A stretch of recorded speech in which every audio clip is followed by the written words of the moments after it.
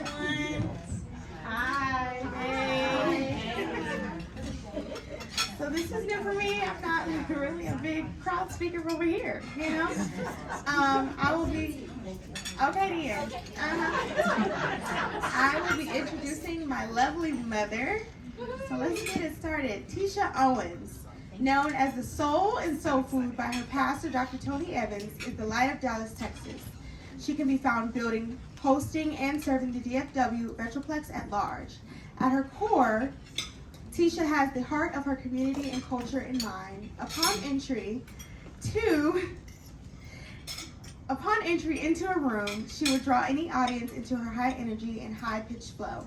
The joy of her personality and comedic aura will affirm that there are no strangers, only people she has yet to make an acquaintance. She is an astounding mother, very astounding mother. She's the best. She is actually really the best. She's a great wife, sister, and friend. As a resident in Dallas, her and her family yield their support and ministry through her organization, Where You Outreach, home church of 24 years, Oak Cliff Bible Fellowship, along with the City of Dallas Homeless Commission as board member appointed by the City Council. She has made such a huge impact on the community, and I am so blessed to have her as my mom and best friend. Welcome to the stage, my amazing-rific mother, Letitia Owens.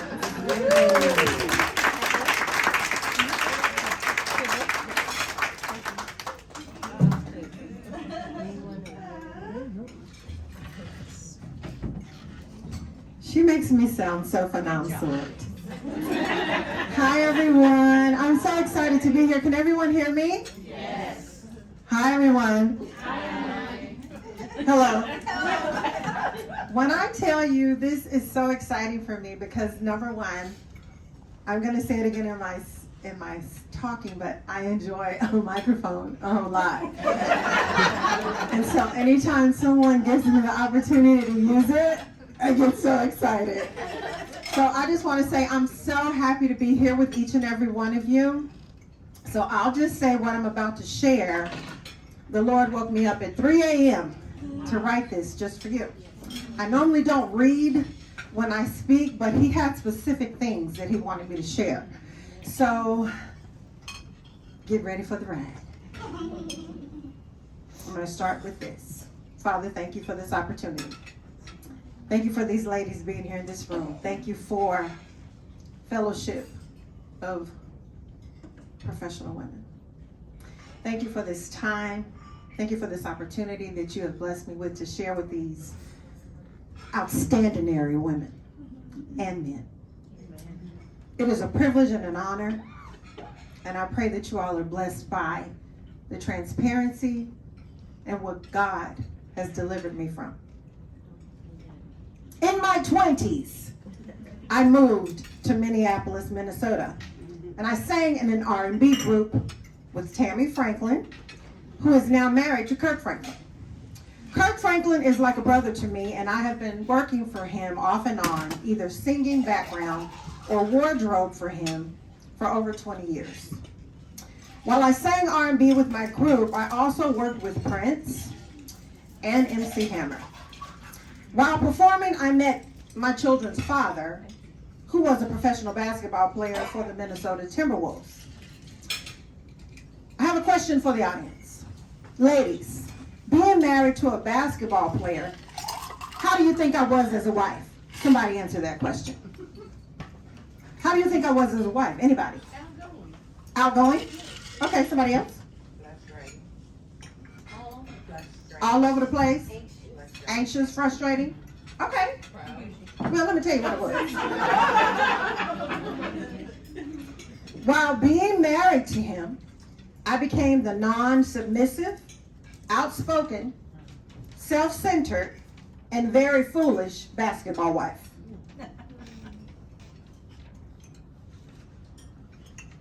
I was so foolish that I literally got rid of him.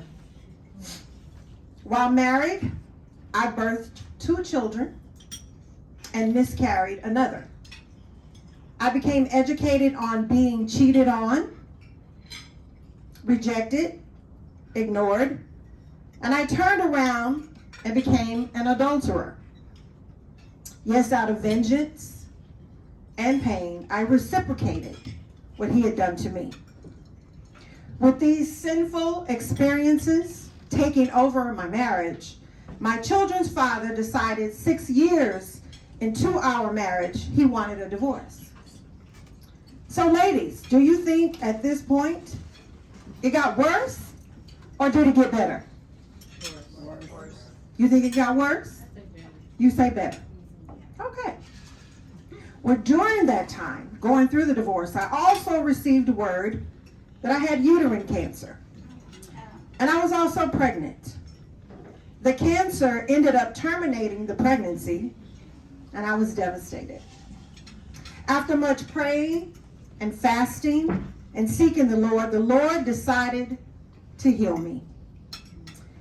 At this point, I'm now 32, divorced, and a single mother. My children's father decided he was moving back to his hometown, which caused me to leave self-employment and get a full-time job.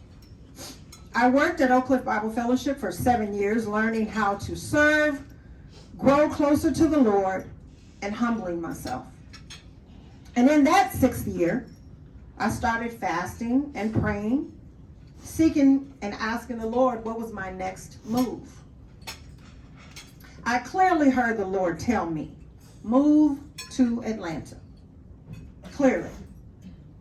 Ladies, when I heard the Lord tell me to move to Atlanta, what do you think I did?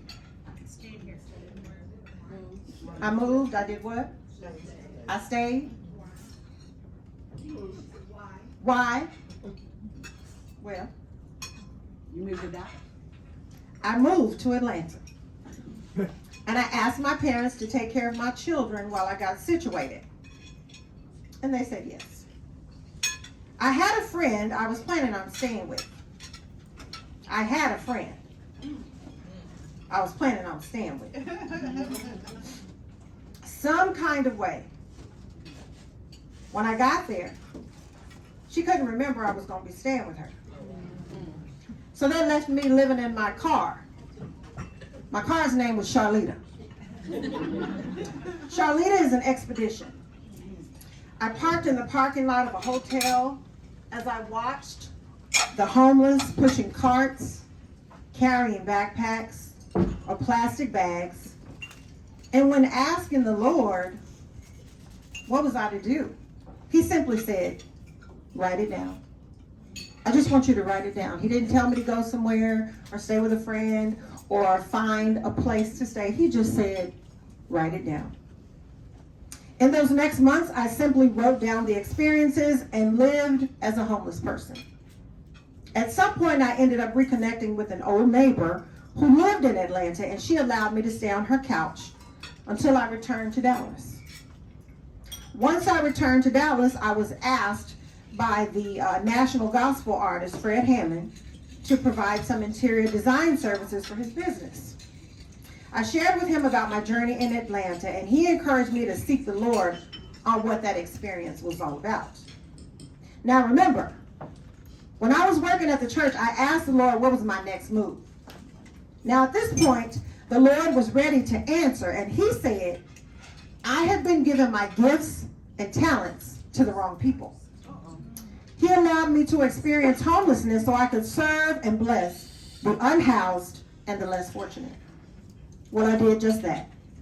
I started the nonprofit organization, Where Are You Outreach? And we celebrate 10 years of service this coming April. Hallelujah. We host monthly events, homeless expos, and galas to support the homeless. And we have an expo coming up on June 3rd and a celebrity fashion show gala on August the 27th. That leads to my transition. Ladies, what do you think the Lord told me to do next? Anybody? What do you think he told me to do next? Build a house? Is that what you said? Okay. I like that. Actually, the Lord told me to write a book. He told me to write a book about my marriage with my children's father, which exposes all the drama and consequences of leaning to my own understanding. The book is titled, How to Get Rid of a Man. I'll repeat that. How to Get Rid of a Man. Now, I'm not telling you to get rid of a man. I'm simply saying if you find yourself doing the things that I did, like disrespecting him, ignoring his wishes, dominating the relationship, then you too may be walking your husband right out of the door. Ladies, I have learned things about me. What I know about myself at this point is I prefer to follow the Lord. I am genuine. I am my genuine self at all times. I believe I have the ability to entertain and have fun. I listen well for about 15 minutes. And then I'm totally somewhere else in my mind. I absolutely enjoy being a mother to my children, and I have raised them in the fear of the Lord. I am experienced in about 75 different things. And I can do them all well at various times. After being single for the next 12 years, I am now married to an incredible man. His name is Owens, who creates video and TV production. And I asked the Lord to give me another chance to honor him as a wife. I live a very simple life with a lot of fun opportunities to make people laugh, and I have a deep relationship with a microphone. What makes me really happy is a good body shaper. And I really enjoy a good housekeeper. I enjoy having lunch with just about anybody. And it's all about food and fellowship for me.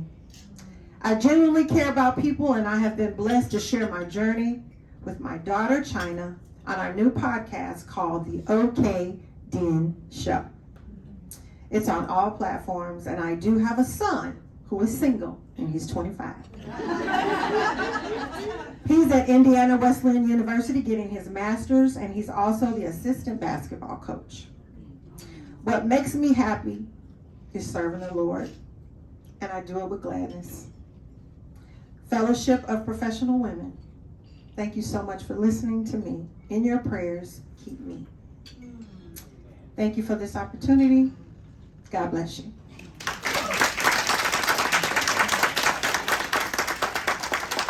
Thank you for doing that. She's sharing the mic with me, y'all. Come on, Claire.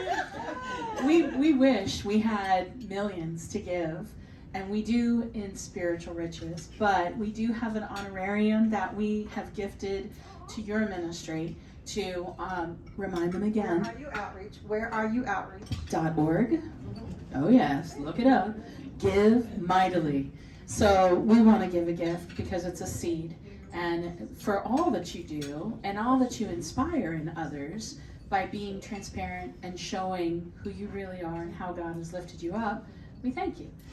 If it's okay, because she was speedy, we have some time for Q&A. Is that okay? Oh, I love that. No, y'all. I know you have a question for her. Anybody have one to start with? Okay. I have one. Oh, go ahead. How long were you in Atlanta during that experience? Almost a year. Yes. So, because I know Jay Wayne, Uh-huh.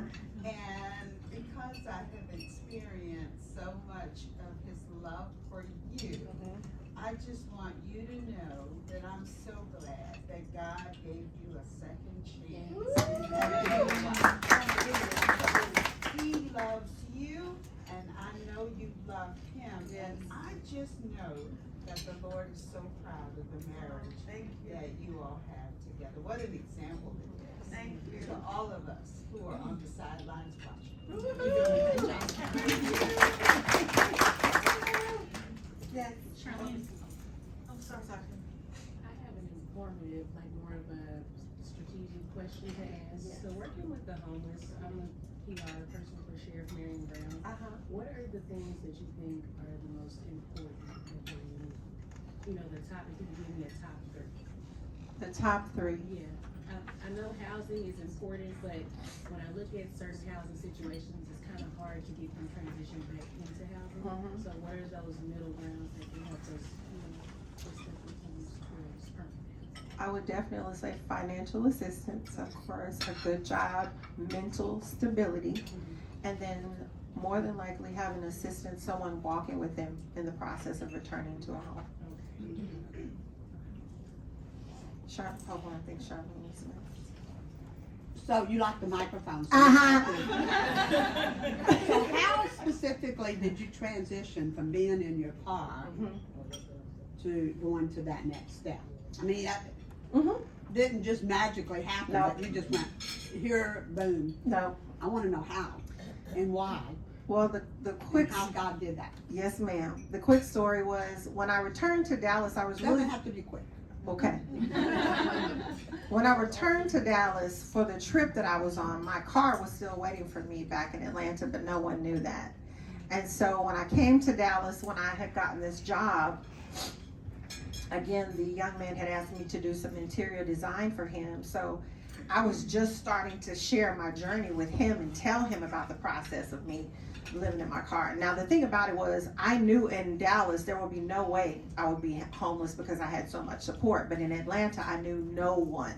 So the whole process for me was not necessarily just about not having assistance. The Lord wanted me to experience it, to come back home, to then start the nonprofit organization. So really, when I came back home, I walked right into support. I had my family again, I had my friends, I had jobs that were waiting for me. So the income and the assistance was there. I just had to come back to Dallas to get it. And so when I returned, I asked the Lord, was my time up there? And he clearly was communicating to me, I only had you there to experience what you did, so you would not have the support, so you would understand what the homeless actually experienced, so you could love on them properly. So he called you into the wilderness. Called me into it, and I ran. I ran right into it because, again, that's what I want to say. When the Lord tells you to do something, I say move quickly, because I had no idea that that was going to be such a blessing, because it has changed my life and has opened up so many opportunities for me to bless others because of it. Have you looked back at that friend that remember that she invited you down? I have seen her, but I never communicated to her that because of that experience, I became homeless. I think she probably has read about it or heard about it from them, but I never shared it with her or never even exposed who it was in that process. Stephanie wanted to ask you, during all of that, you briefly mentioned your children were with their parents. Yes. How did all of that get managed, and did they have issues from it, not to get deep or anything like that, but is that what you? Yeah, like how do you handle, like, being in situations like that? Yes. Well, the thing about it was, I knew my parents were taking well care of my children, so I was never concerned about them. And plus, I was keeping communication with them. I just wasn't telling them what the situation was, so they never knew in the experience what I was dealing with. Because I knew once I said that to my parents, she was going to send gas money and say, "Come home now." But I knew I was on an assignment, on a spiritual assignment, so I had to trust that if I was doing what God said, that he was taking care of my children as well. So that was what I believed. I had no fear of making the transition, because again, he had already set everything up in motion. I was just walking it out. So for me, it was a faith move. And because my children have been also raised in the fear of the Lord, they trusted if I said the Lord was telling me to do something, they believed it. And so they were in agreement with the process. But they never had any trauma about it. I think they felt like because I'm resilient on a regular basis, they were never really concerned about me per se. And then when I came home and I looked fine, they didn't feel like anything had happened. That was a negative experience. Is that correct? Yes. Letitia, when did you give your heart to Jesus? When did I give my heart to Jesus, as in surrendered to him? Well, I'm going to say I was married to my first husband in 1995.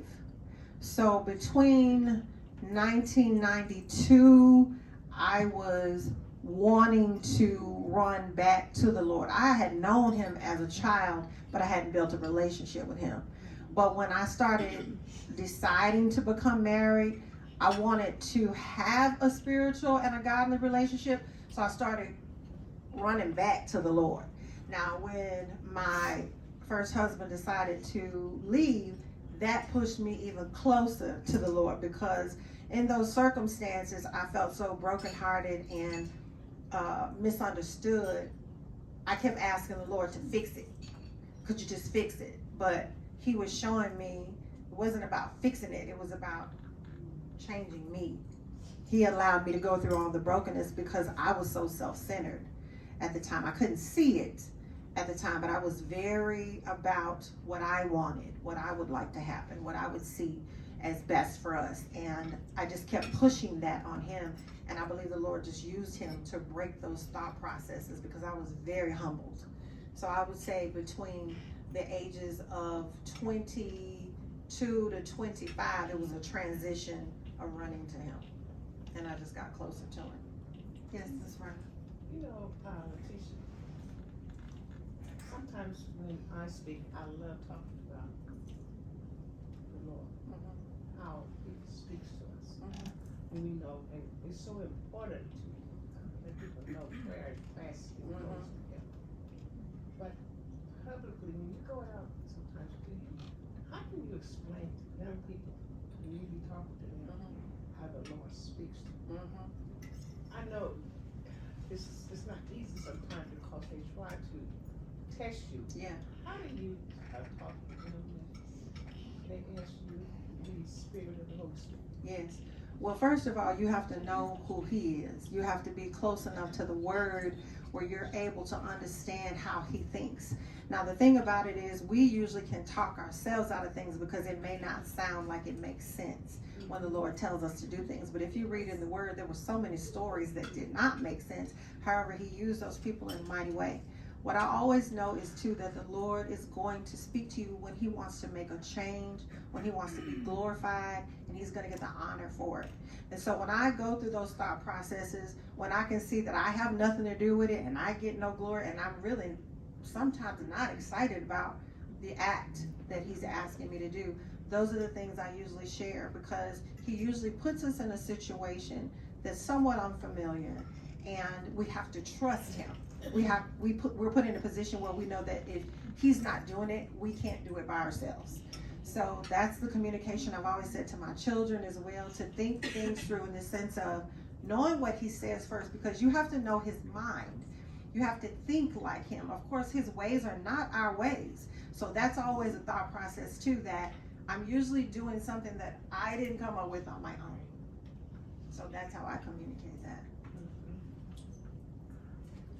Yes, ma'am. When you were homeless and living in your car, did you befriend other homeless people, and did they help you just get through the days? I would say yes, and some Lord. There were times me and Starbucks became really good friends. Because what I would do was try to find places that I could sometimes hang out. And let me say this about a homeless person. I didn't realize I was homeless at the time. I was just thinking I was in my car. I didn't make the connection that I was homeless immediately. So I was still just moving along. But what I learned about myself was my mentality had changed. When you don't know what you're going to do next, your stability changes in your mind. You start trying to figure out things, or your thoughts become really clouded because you're no longer in a clear state. Like, I was very confused about the next thing that I should do, because in my right mind, I would just go from point A to point B. But in this situation, losing the stability also changed my thought processes. I kept asking myself, what am I supposed to do next? Where do I go? Who am I going to do it with? I was asking these questions and I had no answers. I did connect with other homeless and unhoused, and I would sit and talk to them. I would sometimes go hang out around the shelters to learn about what they offered and the different services, because I knew I was going to need them at some point. So I got real familiar with just their day-to-day and how they were trying to manage. And I found we had a lot in common in the sense of we were all mentally challenged because we were all trying to figure out what do we do next. Yeah. Anyone else? Hey, Charlene. Hi. So how did you connect with Tony Evans and Kirk Franklin and from where you were, and so you're doing the homeless shelter and your other things that you name now? All of My them. 75 trades, Yeah. Well, 75 trades, 25 jobs. there you go. Well, when I was married, my children's father and I had started attending Oak Cliff Bible Fellowship. So I was actually working there when the Lord told me to move to Atlanta. And again, I never shared with them while I was in Atlanta what was happening with me. I remember the church praying over me before I left, asking the Lord to keep me and watch over me. And he did just that. He just allowed me to live in my car while I was doing it. And with Kirk, he and I had known each other since high school. We had been friends, and over the years, there was a guy that I was seeing when I was in college, and he and Kirk were really good friends, so I would hang out with them while they were doing music. And so in the process of me working with them, I would sing with them sometimes, and then I don't know if y'all can tell, but I'm very into fashion. And so I would share different fashion tips, and so he asked me would I become his wardrobe assistant. So I toured with him for a while as well. So that's how those relationships were built. I've been at Oak Cliff Bible Fellowship, like I said, over 25 years, even in the process of moving back and forth. But that's how those relationships were built. And they were just around the process, but they weren't in it because I didn't allow anyone in it at the time. I just have a question. So Yes. what is it that you can tell us today about the homeless population that would dispel some of the things that we believe about people who are homeless? Thank you so much for asking that question.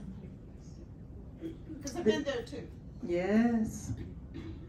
We have a tendency to judge what a person is going to do when they're homeless with whatever we bless them with.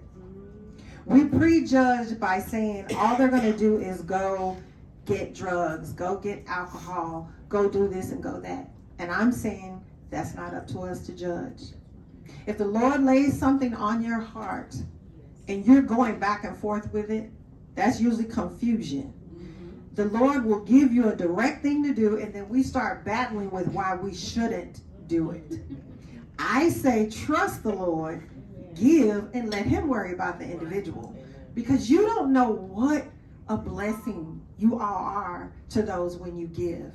I have been in that situation myself, and I might not have looked like I needed help, but there were just people that saw a need that blessed me that I will never forget. Because I work with the homeless, I always talk to them about their situations, and they're always telling me this is the thing about what media does. Media makes sure that we communicate on the things that they want us to focus on. Say, for instance, there's 100 of us in a room, but 2 of them are drug addicts. They decide to talk about the 2 drug addicts as opposed to the other 98. And I don't do well in math, so I don't know if I did it right. The other 98 that really need the help. But we have a tendency to focus on the negative as opposed to saying, I'm just going to be a blessing. I'm going to trust God in this process, and I'm going to allow him to judge if that person is being honest or not. Right now, because of the housing market and because of the different tax raises that are happening around the community, it is really hard for individuals. People are losing their homes right and left. They're not, the income is not increasing, but the rent and mortgage is increasing. So with the city of Dallas, we are finding that more and more people are needing assistance and they're losing their homes. And we're not communicating enough about it to assist. And I'm going to say this. If we don't do something about it soon, you're going to find it closer and closer to where you are. It won't matter about the neighborhood you live in anymore because they're homeless everywhere. I work with the homeless. I know where they are. And people think because they live in nice neighborhoods and things that the homeless can't find them or they won't find a place to stay or hang out. I promise you they're coming because that's how bad it's getting. it's getting so bad because it's not enough assistance and there's not enough people communicating how to assist them. There are people out there, it's just we need more. We need more, and this is the other thing, more people are saying, we want to help them, we just don't want them over here.